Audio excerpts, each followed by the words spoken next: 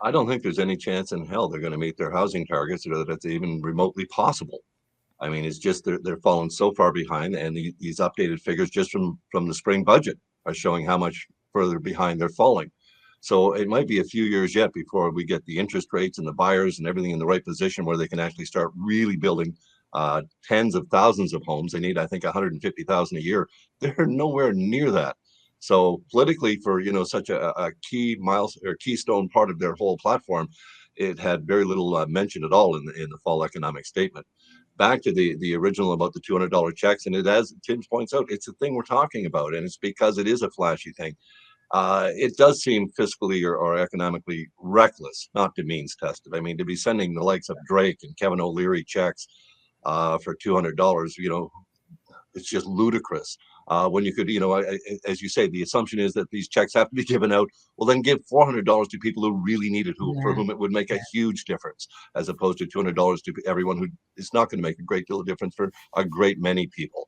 So that's just, literally just proving that this is a pre-election mini budget, and that they're teeing this up. The checks are going to come in January and February in time for the likely spring budget in March.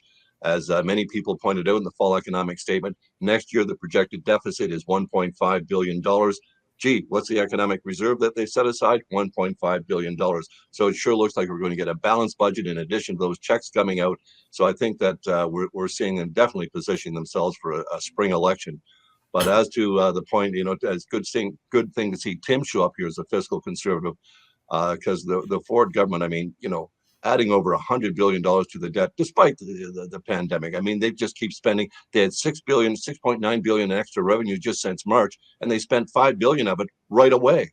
I mean, they're just not fiscally responsible. They should be paying down a lot more. But as I say, I think they're clearly set up for a balanced budget next spring, and that will be their campaign platform. Yeah, but even if we balance the budget, John, I mean, just the cost of the debt. I heard yesterday it's like the third or fourth highest cost in the budget, and we're really not getting much for that money.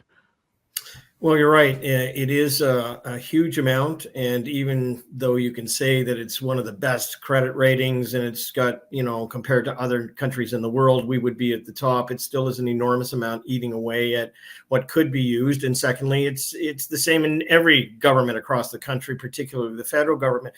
I think when you look at the giveaway in this, notwithstanding the potential for it to be means tested and take away an argument that it's just going out to everybody, there are priorities, however, in this province. I mean, it may have been prudent to take $1 billion of that and put it into long-term care. It might have been prudent to take $500 million and pledge it to emergency wards, or for attracting new doctors to the province to fit into the Jane Philpott framework. I mean, what's coming out of this economic statement is it's good news, but it's only about handing out cash as opposed to paying down something or prioritizing where it should go. I think, in a way, that hands the opposition going into this particular election, even though the premier and the party is well ahead in the polls, it does give them a reflective point for when they go to the people and say, look, these guys are willing to give money out to billionaires, just as you pointed out, as opposed to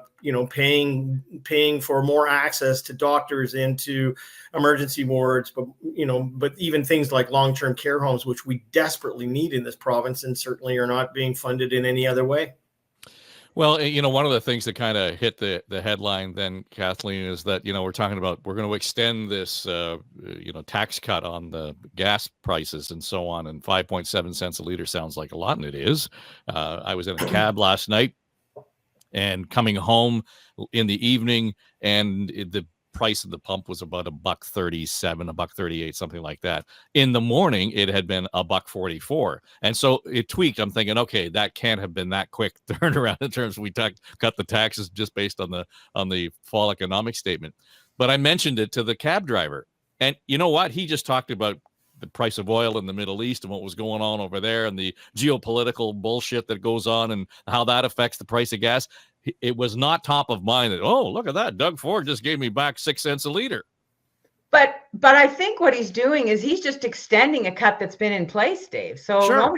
Nobody's going to feel it. And to your point, there are all sorts of other factors that come into it. Every time and this government has done this a bunch of times on fees and on taxes like the gas tax.